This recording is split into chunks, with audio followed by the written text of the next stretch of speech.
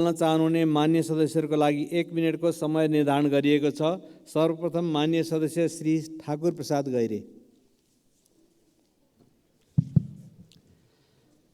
सभामुख महोदय, नेपालमा जन्मेका गौतम बुद्धलाई भारतमा जन्मेका हुन् भन्ने अत्यन्त भ्रमपूर्ण समाचार प्रवाह गर्ने भारत अहिले कपिलवस्तु र लुम्बिनीलाई आफ्नो सदनमा नक्साङ्कन गरेर अत्यन्त गलत काम गरेको छ। अहिले फेरि यो आदिपुरुष सिनेमाको नाममा सीता नेपाल भारतकी छोरी हुन् भन्ने अर्को भ्रमपूर्ण समाचार सन्देश प्रवाह गर्ने मात्रै होइन, त्यसका लेखकले नेपाल भारतकै अङ्ग हो भनेर अत्यन्त गलत अन्तर्वार्ता मार्फत अभिव्यक्ति दिइराखेका छन्। नेपाल सरकार के गर्दैछ? के भारत सुगौली सन्धिबाट पछाडि हटेको हो? नेपाल सरकार स्पष्ट हुन जरुरी छ। नेपाललाई ग्रेटर नेपालको बहसतर्फ र त्यसको चाहिँ पक्षधर बनाउने त्यसको बहसमा धकेल्न खोजेको हो। यदि भारतले त्यो गर्न खोजेको हो भने नेपाल जुनसुकै मूल्य चुकाउन देशको रक्षाका लागि तयार छ। हामी नेपालको 1 इन्च भूमि कसैका लागि सुम्पिन तयार छैनौँ। नेपालको रक्षाका लागि हामी तयार हुनुपर्छ। माननीय सदस्य श्री डोल प्रसाद अर्याल। सम्माननीय सभामुख महोदय, म आज भारतीय पक्षले नेपालको भूमि अनधिकृत रूपमा नाप जाँच गरेको विषय यो सदनलाई जानकारी गराउन गइरहेको छु। असार 1 गते भारतीय प्राविधिकहरूको टोलीले इन्डियन नेसनल हाइवे सर्वे गर्ने भन्दै कञ्चनपुरको भुजेला गड्डा चौकी हुँदै सुकासालसम्मको भूभाग नाप जाँच गरे। सर्वेका सामान सहित आएका ती प्राविधिकहरू नेपाल प्रवेश गर्दा पनि सिमानामा सुरक्षार्थ खटिएका सुरक्षाकर्मीले भने सुईको समेत पाएनन्। के उनीहरूलाई जागिर खानका लागि मात्रै सीमामा खटाइएको हो? सम्माननीय सभामुख मार्फत म सरकारलाई प्रश्न सोध्न चाहन्छु। बरु सुरक्षाकर्मी भन्दा त्यहाँका स्थानीय धेरै जागरुक र सचेत देखिए। सभामुख महोदय, उनीहरूले गलत काम भइरहेको देखेपछि प्रहरीलाई खबर गरेका थिए।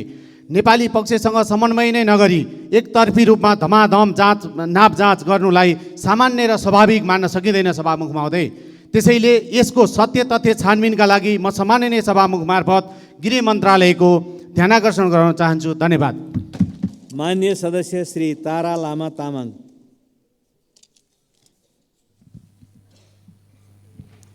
सम्मान्य सभामुखज्यू, गए राति अविरल वर्षाको कारण कोशी प्रदेशमा आएको बाढी पहिरोको कारण 25 जना व्यक्तिहरू बेपत्ता र ठुलो धनजन क्षतिप्रति गहिरो दुःख व्यक्त गर्दछु र सभामुख मार्फत नेपाल सरकारको प्रभावकारी खोज उद्धार गर्न थप क्षति हुन नदिन विशेष सतर्कताका साथ प्रभावकारी कदम चाल्न जोडदार माग राख्छु।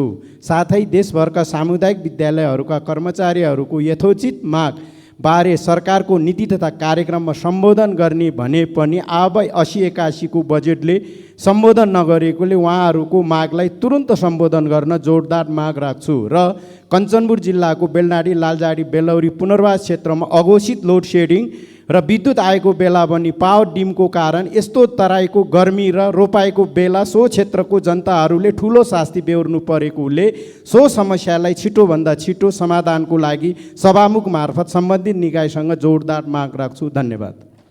माननीय सदस्य डाक्टर तोसीमा कार्की। सभामुख महोदय, निकै लाजमर्दो विषय उठान गर्दैछु। राज्यको ठगीको नमुना छ। मसँग शहीद धर्मभक्त मानव प्रत्यारोपण केन्द्रको एउटा बिल छ। यो स्वास्थ्य बिमित डायलाइसिस गराइरहेका बिरामीको बिल हो।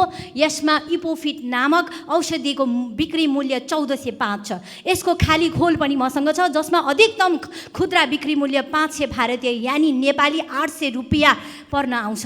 20% अधिकतम पाउनेमा यहाँ 75% बढी लिएको छ। मेरो प्रश्न छ, राज्यले कति नाफा खाएसम्म मात्र यो कालो बजारी नमानिने हो या कालो बजारी मानिने हो? यसरी संस्थागत रूपमै नागरिकलाई स्वास्थ्य बिमाबाट भुक्तानी हुन्छ भन्नेमा ठग्न मिल्छ? हप्ताको 3 पटकसम्म डायलाइसिस गराउनु पर्ने नागरिकलाई, गरिबलाई राज्यले नै यसरी लुट्ने? हाम्रो इमान धर्म कतातर्फ जाँदैछ? स्वास्थ्य बिमा जस्तो महत्त्वपूर्ण सार्वजनिक विषयको कार्यक्रमलाई धराशायी बनाउन निजी मात्र होइन, सरकारी संस्थाको नीतिगत ठगी पनि जिम्मेवार छ। यस्ता ठगीलाई तत्कालै कारबाही गरियोस्। धन्यवाद। माननीय सदस्य श्री दयाल बहादुर साई। सभामुख महोदय, कोशी प्रदेशमा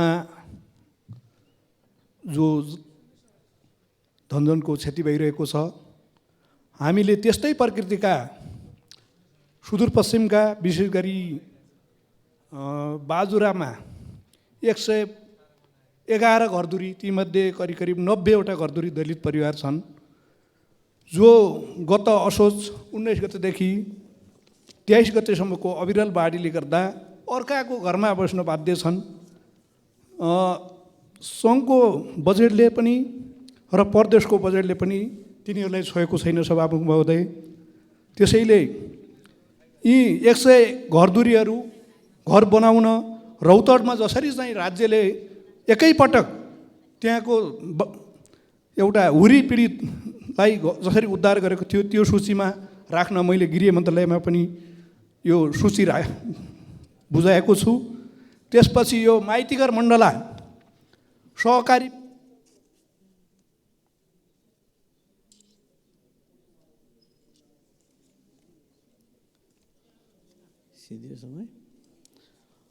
मान्य सदस्य श्री दीपक बहादुर सिंह। सभामुख महोदय, खडेरीको कारणले किसानहरूले अन्न बाली सम्पूर्ण नाश भइसकेको छ। धेरै ठाउँमा किसानहरूले मकैको यसपालि एक गेडा पनि भित्राउने अवस्था छैन। धानको बिउ लगाउने बेलामा मलको हाहाकार भइराखेको छ। 5 किलो मल लिनलाई 2 दिन नागरिकता देखाएर लिनुपर्ने अवस्था छ। गाई भैँसीलाई लम्की रोगले किसानहरूको हजारौँ गाई भैँसीहरू मरिराखेको छ। आज ती गाई भैँसी पाल्ने किसानहरूले कुनै सरकारबाट क्षतिपूर्ति पाएको छैन। यदि यसरी नै हो भनेदेखि प्रेम आचार्य जस्तो यही हाउसको अगाडि आत्मदाह गरेका थिए ती किसानहरू, जसको तरकारी बिक्री भएको छैन, जसको गाई बस्तु मरेको छ, दुध बाटोमा फ्याँकेको छ, यही हाउसको अगाडि आत्मदाह गर्ने दिन नहोस् भन्ने सरकारलाई म सचेत गराउन चाहन्छु। धन्यवाद। माननीय सदस्य श्री दामोदर पौडेल बैरागी।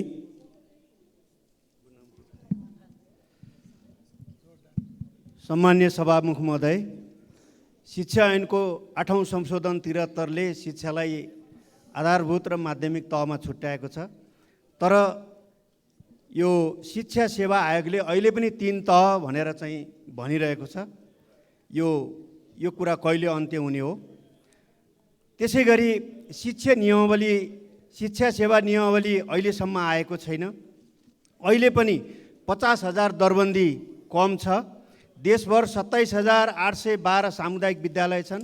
तीमध्ये 422 विद्यालयलाई मात्रै नमुना विद्यालय घोषणा गरिएको छ, जसका कारणले अरू विद्यालयहरूलाई नमुना विद्यालय घोषणा गर्नको लागि अप्ठ्यारो परेको छ र त्यहाँ अपेक्षित उपलब्धि हुन सकेको छैन। शिक्षक र कर्मचारीहरूलाई प्रतिस्पर्धी र पारदर्शी बनाउनका लागि कम्तीमा पनि दरबन्दी सिर्जना गर्दा 10सम्म पढाइ हुने माध्यमिक विद्यालयमा 4वटा र 1वटा लेखापालको व्यवस्था गरियोस् र 1जना कार्यालय सहयोगको व्यवस्था गरियोस्। माननीय सदस्य श्री दिलेन्द्र प्रसाद बडु। सम्माननीय सभामुख महोदय, केही दिन यता सामुदायिक विद्यालय कर्मचारीहरूको जारी आन्दोलनतर्फ म नेपाल सरकारको पुनः ध्यान आकर्षण गराउन चाहन्छु। यो आन्दोलन कर्मचारीहरूको पहिलो होइन र रहरको विषय पनि होइन, एउटा बाध्यात्मक परिस्थितिमा पुर्याएको अवस्था हो। पछिल्लो पटक शिक्षा मन्त्रालयसित प्रत्येक विद्यालयमा एउटा कार्यालय सहयोगी र प्रत्येक माविमा एउटा थप खरदार सरहको लेखापालको दरबन्दी दिने र न्यूनतम पारिश्रमिक दिने सहमति भएको छ र यसपटक पनि नीति र कार्यक्रममा यो विषयलाई सम्बोधन गरिएको छ, तर बजेट बनाउँदा बिर्सिएको अवस्था हो। त्यसकारणले यो आन्दोलनलाई प्रहरी दमन गरेर वा जागिर नै खाइदिन्छु भन्ने तानाशाही प्रवृत्ति र यो मानसिकताबाट समाधान होइन, बरु यसको वार्ताबाट र उचित बजेट व्यवस्थापनबाट यसको सम्बोधन गरिनुपर्दछ र यसको सँगसँगै शिक्षा क्षेत्रमा यी र यस्तै अन्य समस्याहरूको समाधानका लागि प्रस्तावित सङ्घीय शिक्षा ऐन संसदमा आउन किन ढिला भइरहेको छ? अविलम्ब यो मान्य सदस्य श्री दुर्गा राई।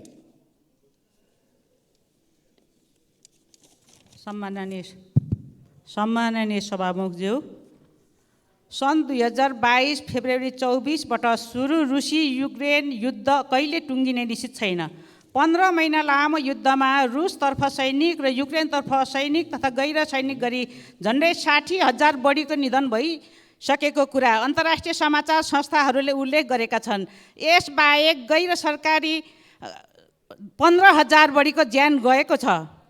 राष्ट्रसङ्घको युक्रेनमाथि आक्रमण रोक्न र आफ्ना सैनिक फिर्ता गर्न रुससँग माग गर्दै प्रस्ताव पारित गरेको छ। यसमा नेपाल सहित 141 युक्रेनको पक्षमा मत दिएको छ।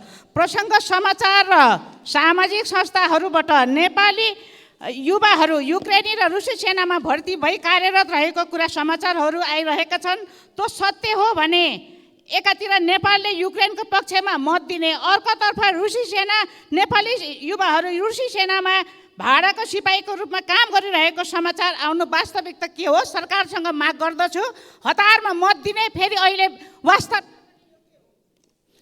मान्य सदस्य श्री दीपा शर्मा।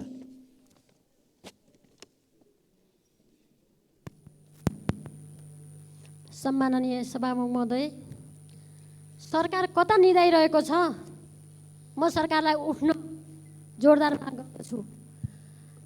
पूर्वमा बाढी पीडित त्यत्रो धनजनको क्षति भइसकेपछि सदनमा कुरा उठाउनु पर्ने, पश्चिम नेपाल लगायतका पश्चिमका जिल्लामा गर्मीले आम नागरिक तडपिनु पर्ने, के सरकारलाई त्यो घाम पानी केही थाहा छैन? सरकार छिटो उठोस् भन्न चाहन्छु। बाँकेमा गए 2-3 महिनादेखि विद्युत आपूर्ति अवरुद्ध भएर आम नागरिकले निकै दुःख बेहोर्नु परेको छ। त्यहाँका कल कारखानाहरू बन्द हुन थालेका छन्। विगत केही दिनदेखि विद्यार्थीहरूका लागि विद्यालय बन्द गरिएको छ, जान नसक्ने अवस्था भएर। यस्तो अवस्थामा पनि सरकार खोजेर भेटिँदैन। यो सरकार कसका लागि बनेको हो? त्यसकारण म बाँकेको तर्फबाट यो समस्या समाधान गर्नका लागि नेपालमा रहेको पुरानो सिस्टमलाई नयाँ रूपमा रूपान्तरण गर्न, कर्मचारीको अभावले गर्दा त्यहाँ चाहिँ काम हुन सकेको छैन, त्यसको पदपूर्ति गर्न। मान्य सदस्य श्री धनबहादुर बुढा।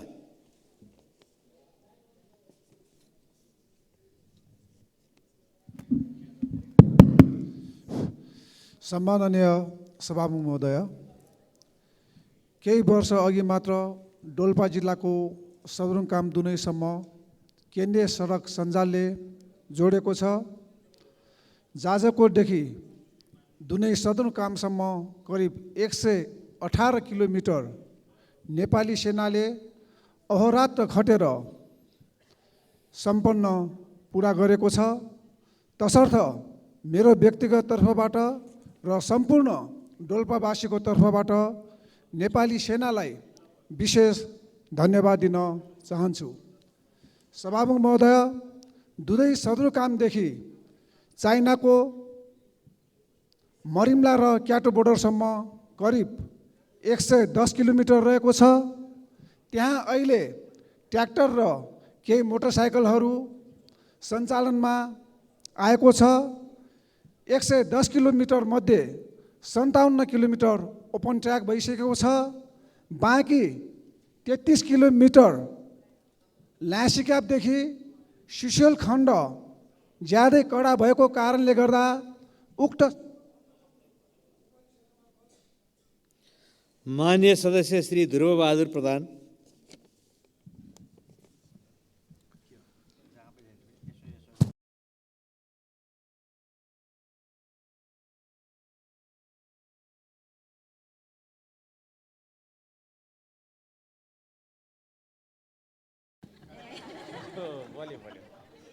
सम्मान्य सभामुख महोदय, नवलपरासी पश्चिम क्षेत्र नम्बर 2 सरकारलाई अत्यधिक राजस्व बुझाउने क्षेत्र हो। गर्मीमा खानेपानीको अभाव सहेर, वर्षामा खेतीपाती डुबान सहेर त्यहाँका जनताले उद्योगलाई साथ समर्थन दिइरहेका छन्। जनप्रतिनिधिहरू त्यस्ता समस्या निकासका लागि प्रयत्नशील छन्। सरकारले बजेट बनाउने क्रममा त्यस क्षेत्रलाई उपेक्षा गर्ने दुस्साहस गरेको छ। महेशपुरबाट सुनवल जोड्ने जोडी मलपोखरीसम्म जाने बाटो, हरपिरमा बनाउने पुल र भुमहीबाट शङ्करपुरको तटबन्ध र सरावलमा थारू सांस्कृतिक ग्राम बनाउने समेतका कुनै पनि योजना त्यहाँ पर्न सकेनन्। सभामुख महोदय, त्यस क्षेत्रको विकासको दुर्भावना राख्ने कुनै पनि सरकारी प्रतिनिधिलाई त्यस क्षेत्रका जनताले सम्मान गर्न सक्ने छैनन्। सभामुख महोदय, धन्यवाद। मान्य सदस्य श्री नवल किशोर शाह सुडी।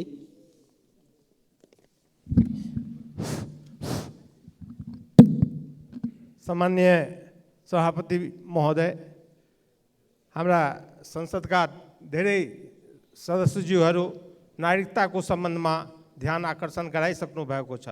त्यस्तै सामुदायिक विद्यालयका शिक्षक कर्मचारीहरूको जुन अवस्था छ त्यो पनि हाम्रा सांसदज्यूहरूले भनिसक्नु भएको छ।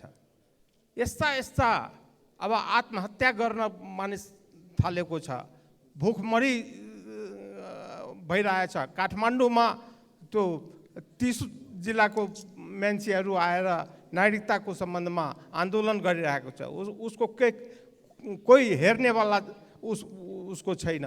त्यस्ता विषयमा सरकारलाई गम्भीर हुनु पर्यो। तर मैले के हेर्छु भनेदेखि एउटा सरकारी गठबन्धनको सदस्य भएको नाताले म 1 मिनट समय माग्न चाहन्छु। यो बजेट जो आएको छ, हाम्रो मन्त्रीजी पनि यही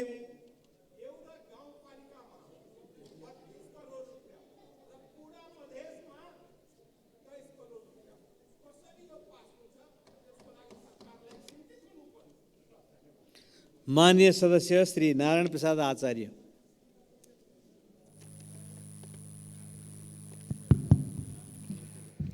सम्मान्य सभामुख महोदय, यो पाल्पा जिल्ला निस्ती गाउँपालिका वडा नम्बर 3 झिरुवासको डाँडाथरमा 79 असोज 19, 20, 21 र 22 को अविरल वर्षाले ठुलो पहिरो गई उक्त स्थानको खेतीयोग्य जमिन, वडा कार्यालय, विद्यालय जाने सडक र 23 घर परिवार क्षति पुगेको थियो।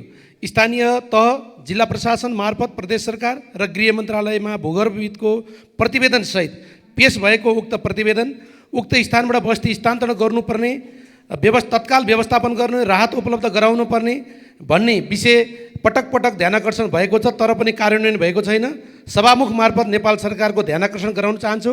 अहिले सुक्खा मौसमका कारणले हामीले धेरै पाल्पा जिल्ला लगायत नेपालका सबै स्थानहरूमा हाम्रो शुद्ध पिउने पानीको ज्यादै कठिन भएको छ। यसतर्फ शुद्ध पिउने पानीको प्रबन्ध गर्नको निमित्त नेपाल सरकारको ध्यानाकर्षण गर्न चाहन्छु। यो छिटोभन्दा छिटो यो खानेपानीको अवस्था ज्यादै जटिल भएको, पानीले धेरै टाढादेखि 2 घण्टा 3 घण्टादेखि बोकेर। मान्य सदस्य श्री नागिना यादव। सम्माननीय सभामुख महोदय, 11 लाख नागरिकले नागरिकताको कारण सामान्य जीवन पनि जिउन पाएका छैनन्। त्यसकारण विभिन्न जिल्लाबाट आज तेस्रो दिन भएको छ आमरण अनसनमा युवाहरू माइतीघर मण्डलामा बस्नु भएको छ। सभामुख महोदय, त्यो नागरिकताको एकदमै महत्त्व छ। यो नागरिकता संवेदनशील, देशको समता, अखण्डता, राष्ट्रियतासँग सवाल राख्दछ। एउटा नागरिकको अस्तित्व, पहिचान र जीवन मृत्युसँग यसले सम्बन्ध राख्दछ। उसको पहिचान यसले दिन्छ। त्यसैले सभामुख महोदय मार्फत म सम्मानित यथाशीघ्र नागरिकता प्रदान गर्ने आदेश जारी गरी सम्मानित सर्वोच्च अदालतलाई म अनुरोध गर्न चाहन्छु। अर्को कुरा सभामुख महोदय, संसारमा अन्य चिजको भ्यालु हुँदैन, तर उसले आफ्नो देशको नागरिकलाई महत्त्वपूर्ण भ्यालुएबल वस्तुमा चिजमा राख्दछ। तर यो नेपाल कस्तो। मान्य सदस्य श्री नारायणी शर्मा।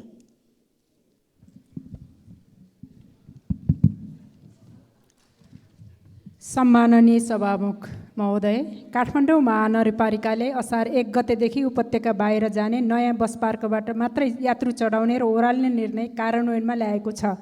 हेर्दा या सुन्दा निर्णय राम्रो लाग्छ, तर पर्याप्त तयारी बिना यो निर्णय लागू हुँदा कार्यान्वयनमा जटिलता थपिएको छ। कतिपय यातायात व्यवसायी र जनस्तरबाट असन्तुष्टिको स्वर सुनिन थालेको छ। हुन पनि उपत्यकाको अस्तव्यस्त यातायातका कारण एक ठाउँबाट अर्को ठाउँमा जान घन्टौँ लाग्छ र चर्को जाम हुन्छ। तर महानगरपालिकाको यदि निर्णयले कलङ्कीबाट यदि कोही कलङ्की बस्छ र दाङ जानुपर्छ भने कलङ्की होइन, शास्ति बेहोर्न बस पार्क गएर बस चढ्नुपर्छ। फर्किँदा कलङ्की झर्न पाइँदैन, सिधै बस पार्क जानुपर्छ। यो निर्णय झन्झटिलो छ र यसलाई कार्यान्वयनमा लैजाने हो भने सार्वजनिक यातायातमा सुधार गरिनुपर्छ। सीमित बस स्टप लागू गरिनुपर्छ। पर्याप्त तयारी नगरी हचुवाको भरमा अमुक निजी कम्पनीलाई बस पार्क जिम्मा दिने र असन्तुष्ट बढाउने यस कार्यको सभामुख मार्फत सम्बन्धित निकायलाई ध्यान।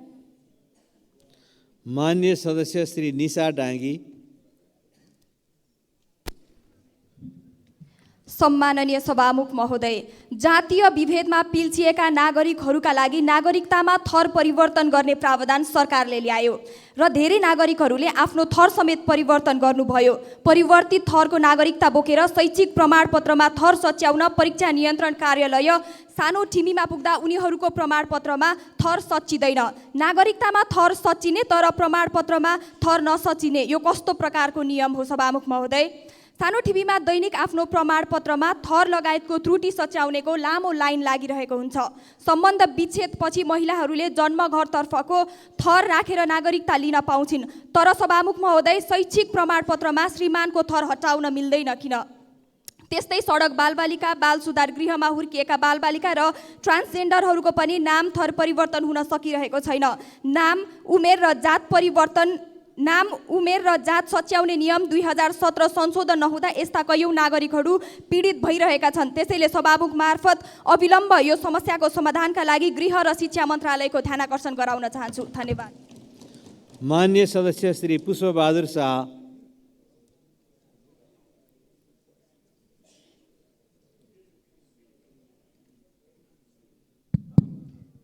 सम्माननीय सभामुख महोदय, गत वर्ष अछाम जिल्लाका विभिन्न स्थानमा बाढी पहिरोमा परि ज्यान गुमाएका, घर परिवार विहीन भएका र भूकम्प प्रभावितहरूले अहिलेसम्म राहत पाउन सकेका छैनन्। क्षतिग्रस्त सरकारी तथा निजी भौतिक संरचनाको निर्माण पुनर्निर्माण हुन सकेको छैन। सरकारले तत्काल सम्बोधन गरोस् भन्ने म भन्न चाहन्छु। र देशभरका हाल सामुदायिक विद्यालयमा कार्यरत कर्मचारीले विभिन्न सेवा सुविधा र स्थायित्वको माग राख्दै आन्दोलनरत छन्। उहाँहरूले उठाएका मागलाई राज्यले शीघ्र सम्बोधन गरोस् र साथै सरकारले अतिरिक्त हुलाक खारेज गर्ने निर्णय गरेको छ। लामो समयसम्म न्यूनतम सेवा सुविधामा कार्यरत कर्मचारीहरूले गरेको योगदान तथा सेवाको सरकारले उचित मूल्याङ्कन गरी यथोचित व्यवस्था मिलाउन सभामुखज्यू मार्फत म सरकारको ध्यान आकर्षण गराउन चाहन्छु। धन्यवाद। जय नेपाल। मान्य सदस्य श्री पूर्णबहादुर घरती मगर।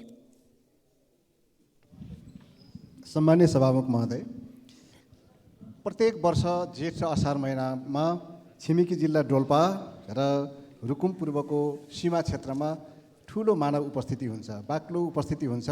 त्यो किनभने बहुमूल्य जडीबुटी यार्सा गुम्बाको सङ्कलन र वितरणको लागि प्रत्येक वर्ष हुने यो यार्सा गुम्बाको सङ्कलनको लागि हेर्दै गर्दा रुकुम पूर्वको साबिकको हुगाम, मैकोट र तकसेरा गाउँका प्राय विद्यालयहरू बन्द अवस्थामा हुने गर्छन् र ससाना बच्चाहरूलाई डोकोमा बोकेर आमाहरू समेत पनि त्यो यार्सा गुम्बाको सङ्कलनमा त्यहाँ जाने काम हुन्छ। अहिले पनि त्यही अवस्था छ। एकातिर विद्यालयको स्थिति शून्य अवस्थामा छ भने अर्कोतिर वर्षेनी हामीले सङ्कलन गर्दै आएको यार्सा गुम्बाको मात्रा घट्दै आइरहेको छ। आजभन्दा करिब 8-10 वर्ष पहिले 1.5 क्विन्टलदेखि 2 क्विन्टलसम्मको यार्सा गुम्बा त्यहाँ उत्पादन हुन्थ्यो रुकुमको भूगोलमा भने अहिले आएर बढी से बढी 25देखि 35 केजीसम्म मात्र त्यहाँ उत्पादन हुने अहिलेको रेकर्ड छ। यसलाई हामीले सुनिराखेका छौँ कि छिमेकी राष्ट्र चीनले यसको व्यावसायिक खेती गरिराखेको छ र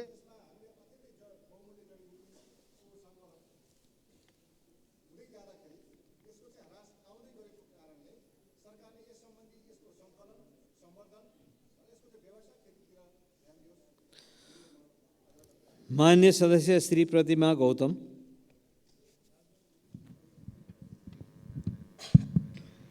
सभामुख महोदय, नेपालमा सवारी साधनको बढ्दो चाप र सवारी साधनको अनिवार्यता हामीले प्रष्टसँग महसुस गरिरहेका छौँ। ड्राइभिङ लाइसेन्स लिन चाहनेहरूको सङ्ख्या दिन प्रतिदिन बढ्दो छ। अनलाइन आवेदन फर्म भर्नेदेखि अनुमति लिँदासम्म अनेकन जटिलता र झन्झट बेहोर्न पर्ने बाध्यता कहिलेसम्म हो? सभामुख महोदय, अनुमति पत्र लाइसेन्स लिँदा नवीकरण गर्दा एउटा यस्तो कागजको चिरकटो दिइन्छ जुनलाई लाइसेन्सका रूपमा मानेको पाइन्छ, जुन हराएमा, च्यातिएमा, भिजेमा फेरि प्रतिलिपि लिन उत्तिकै झन्झट बेहोर्न पर्ने बाध्यता छ। संसार कहाँ पुगिसक्यो? हामी कछुवाको गतिमा कहिलेसम्म हिँड्ने हो? नेपालको ब्याङ्कहरूले एटिएम कार्डहरू छोटो समयमा सहज रूपमा उपलब्ध गराइरहेका छन् र सो हामीले सबैले प्रयोग गरिरहेका छौँ। तर अति आवश्यकीय महत्त्वपूर्ण रहेको स्मार्ट लाइसेन्स लिन करिब 1 वर्ष कुर्न पर्ने बाध्यता किन? माननीय सदस्य श्री प्रतीक्षा तिवारी। सम्माननीय सभामुख महोदय, देश यति बेला मिटर ब्याजी र ब्याङ्क ब्याजीहरूको ब्याज तिर्न नसक्दा आक्रान्त भएको छ। मिटर ब्याजीहरूलाई सरकारले छानबिनको दायरामा ल्याउने प्रक्रिया सुरु गरेर राम्रो काम गरेको छ भने ब्याङ्कहरूको चर्को ब्याज तिर्न नसक्दा किसान र व्यवसायीहरू आत्मदाह र आत्महत्या गर्न बाध्य भएका छन्। अहिले पनि कुमारी ब्याङ्क लिमिटेडले कृषि कर्जामा 13% र पर्सनल कर्जामा 16% ब्याज महँगो ब्याज लिइरहेको हुँदा अविलम्ब ब्याज घटाई किसान र व्यवसायीलाई आत्मदाह र आत्महत्याबाट बचाउन सहज र सस्तो ब्याजको व्यवस्था गर्न सभामुख महोदय मार्फत नेपाल सरकारलाई ध्यानाकर्षण गराउन चाहन्छु। त्यसै गरी देशमा भएका दैनिक घटना परिघटनामा राज्य जानकार विहीन छ। यो नेपाली जनताको लागि दुर्भाग्य हो। पूर्वी नेपालमा गएको बाढी पहिरो नागरिकता विहीनहरूले आत्महत्या गरिरहेको अवस्थामा राज्य किन निर्दयी बनिरहेको छ? जनता मारमा माननीय सदस्य श्री प्रदीप पौडेल। सम्माननीय सभामुख महोदय, वर्षेनी आउने बाढी पहिरोको प्रकोपका कारण देशभरि समस्या उत्पन्न भएको छ। विभिन्न अध्ययनहरूले दिएको रिपोर्टका अनुसार विगत 7 वर्षमा यसबाट 4000ले ज्यान गुमाइसकेका छन्। करिब 37 अरब बराबरको आर्थिक क्षति भएको छ। यो वर्ष पनि झन्डै 2,90,000 घरधुरीमा बसोबास गर्ने झन्डै 13 लाख जनसङ्ख्या यसबाट प्रत्यक्ष प्रभावित हुने अनुमान राष्ट्रिय विपद तथा जोखिम न्यूनीकरण तथा व्यवस्थापन प्राधिकरणले गरेको छ। यस्तो तथ्याङ्क सार्वजनिक हुँदाहुँदै पनि सरकारले पूर्व तयारीका निम्ति कुनै काम गरेको छैन। म सरकारलाई निम्नलिखित कार्यहरू अविलम्ब सुरु गर्नका निम्ति अनुरोध गर्न चाहन्छु। पूर्व सूचना प्रणाली जडानको दायरा बढाउने, सूचना प्रवाहलाई प्रभावकारी र विश्वासिलो बनाउने, खोज तथा उद्धार कार्यका लागि संस्थागत क्षमता बढाउने, विपद न्यूनीकरणका लागि सार्वजनिक र निजी क्षेत्रसँग सहकार्य गर्ने, बिमा तथा सामाजिक सुरक्षाका कार्यहरूको दायरा बढाउने। धन्यवाद। माननीय सदस्य श्री प्रभु शाह। सम्मानीय सभामुख महोदय, बारा पर्सा र उतहटलाई जोड्ने गण्डक नहरको सडक अन्तर्गत पर्ने बङ्गरी र दुधौरा खोलाको पुल भत्केर अहिले आवाजावत बन्द हुने अवस्था सृजना भएको छ। त्यो पुललाई तुरुन्त निर्माण कार्य अगाडि बढाउन सम्बन्धित मन्त्रालयको गम्भीर ध्यान आकर्षण गराउन चाहन्छु। रौतहटको एउटा खोलामा निर्माण पुरा नहुँदै भुक्तानी पुरा भएको अवस्था छ। केही दिन अगाडि हामी त्यो पुलको निरीक्षण गर्न जाँदा यो रहस्य बाहिर आयो। जिल्ला विकास समितिबाट ठेक्का भएर मलाही पेटभडवा जोड्ने अडुवा खोलाको पुल झन्डै 2017 सालमा ठेक्का भएको पुल अधुरै झन्डै 25% जति काम अझ बाँकी नै छ। तर जिल्ला विकासबाट पुरा पेमेन्ट भएको हामी थाहा पायौँ। त्यति मात्र होइन सभामुखज्यू, त्यसका धरौटी पनि ठेकेदारले फिर्ता लिइसकेको स्थिति छ। अब त्यो पुललाई तुरन्त अगाडि बढाउन र खास गरेर रातलाई दिन बनाउने ती सम्बन्धित अधिकारीहरू र निकायका भ्रष्ट व्यक्तिहरूलाई कारवाही गर्न गम्भीर माग गर्दछु। धन्यवाद। मान्य सदस्य श्री प्रभु हजारा दुसाद। सम्मान्य सभामुख महोदय, तराई अहिले तापक्रमले गर्दा एकदम जलिरहेको छ र जति पनि त्यहाँ खानेपानीका धाराहरू थिए सबै सुकेका छन् र सरकारले वास्तवमा यो माननीयहरूले उठाइदिएर मात्र हुँदैन, पहिले नै सरकारले सचेत भएर त्यस्ता विपत्तिहरू आउँदाखेरि सचेत भएर सरकारले व्यवस्था गर्नुपर्ने ठाउँहरूमा खानेपानीको अहिले हाहाकार भइरहेको छ। त्यसरी नै एक प्रदेश एक नम्बर पर कोशी प्रदेशमा अहिले आएको विपत्तिमा पनि सरकारले आएर आज यहाँ बोल्नुपर्ने ठाउँमा मान्यजीहरूले बोल्नुपर्ने अवस्थाहरू छ। त्यस कारण म त्यहाँ अहिले दुःखद घटनाप्रति म आफ्नो दुःख व्यक्त गर्न चाहन्छु। सँगै पर्सा जिल्लाका 7वटा पालिकाहरू सिँचाइविहीन छ। गण्डक नहरले पनि छोइदैन, सुनकोशी कमला डाइभर्सन बन्न गइरहेछ त्यसले पनि छोइदैन। त्यसबाट 7वटा पालिकाहरूको लागि सिँचाइको पटक पटक यहाँ आग्रह र मन्त्रालयहरूमा बजेटको माग गर्दा पनि त्यहाँ व्यवस्थाहरू भएको छैन। यथाचित व्यवस्था गर्नले म आग्रह गर्न चाहन्छु। धन्यवाद। माननीय सदस्य श्री प्रेमबहादुर महर्जन। सम्मान्य सभामुख महोदय, ललितपुरको पाटन दरबार स्क्वायर, मङ्गलबजारको कृष्ण मन्दिर, भीमसेन मन्दिर अगाडिदेखि कुम्बेश्वर जाने बाटो र मङ्गलबजार चोकदेखि तङ्गलसम्म जाने बाटो धल खनेर अस्तव्यस्त भएको लामो समय भइसक्यो। हिलोमा हिँड्ने बानी परेका नेपालीलाई त गाह्रो छ हिँड्न। विदेशी पर्यटकले के भन्यो होला? नेपाल सरकारलाई ध्यान आकर्षण गराउन चाहन्छु म भौतिक पूर्वाधार तथा यातायात मन्त्रीज्यू र संस्कृति पर्यटन तथा नागरिक उड्डयन मन्त्रीज्यूमा। हस्, धन्यवाद। माननीय सदस्य श्री प्रेम सुवाल। सभामुख महोदय मार्फत प्रधानमन्त्री र मन्त्रीजीहरूको ध्यान आकर्षण गराउन चाहन्छु। सञ्चार माध्यममा नक्कली भुटानी शरणार्थी काण्डबारे टेकनाथ रिजालले इजलासमा यस्तो हुँदैछ है भनेर पहिल्यै भन्दा पूर्व र वर्तमान प्रधानमन्त्रीहरूको नामै कितेर कसैले पनि सुनेनन्, चुप लागेर बसे। बताएको प्रकाशित भएअनुसार अब अनुसन्धान थप हुन्छ कि हुँदैन? सभामुख महोदय, सरकारले भारतलाई दिएको नदीनाला फिर्ता नल्याएसम्म, नेपालको भूमि भारततर्फ पर्ने गरी बनाएको सीमा नक्सा खारेज नगरेसम्म, अखण्ड भारत नक्सा खारेज नगरेसम्म भारतले नेपाल विरुद्ध थिचोमिचो रोक्ने छैन, चुरे दोहन पनि रोक्ने छैन। नेपाललाई नपुग्दै भारतलाई 300-400 मेगावाट बिजुली बेचिन्दाको परिणाम त यो संसदले अहिले भोगिरहेको छ नि सभामुख महोदय।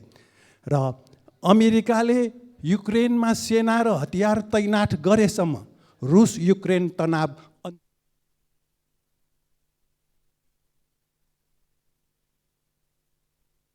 माननीय सदस्य श्री वासुदेव घिमिरे।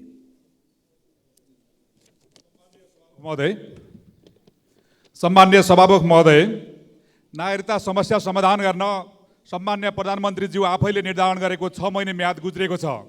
अब कहिलेसम्म वास्तविक नेपाली भएर पनि गैर नेपाली नागरिकको रूपमा बाँच्नुपर्ने हो? सभामुख महोदय, पेशागत सुरक्षा सेवा सुविधाको विषयलाई लिएर सामुदायिक विद्यालयका कर्मचारीहरू आन्दोलनमा हुनुहुन्छ। सामुदायिक विद्यालयका कर्मचारीहरूका जायज माग पुरा गराउन म सरकारको ध्यान आकर्षण गराउन चाहन्छु। यसै गरी साबिक उच्च माविमा नियुक्त शिक्षकको सन्दर्भमा आवश्यक प्रक्रिया पुराई दरबन्दी मिलान गर्न सरकारसँग माग गर्दछु।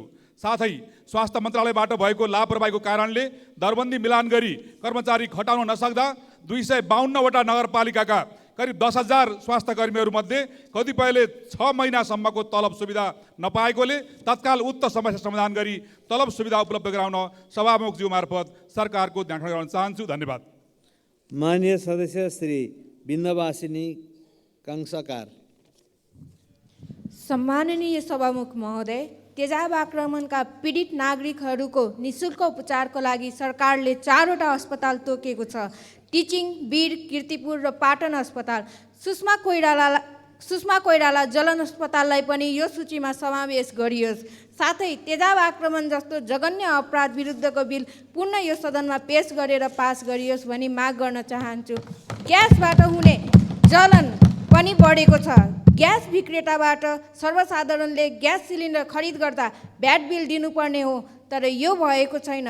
ग्यासको बिक्री गर्दा भ्याट बिल अनिवार्य गरियोस्। सम्माननीय सभामुख मार्फत सरकार, आयल निगम र ग्यास उद्योगको ध्यान आकर्षण गराउन चाहन्छु। धन्यवाद। माननीय सदस्य श्री विनिता कठायत।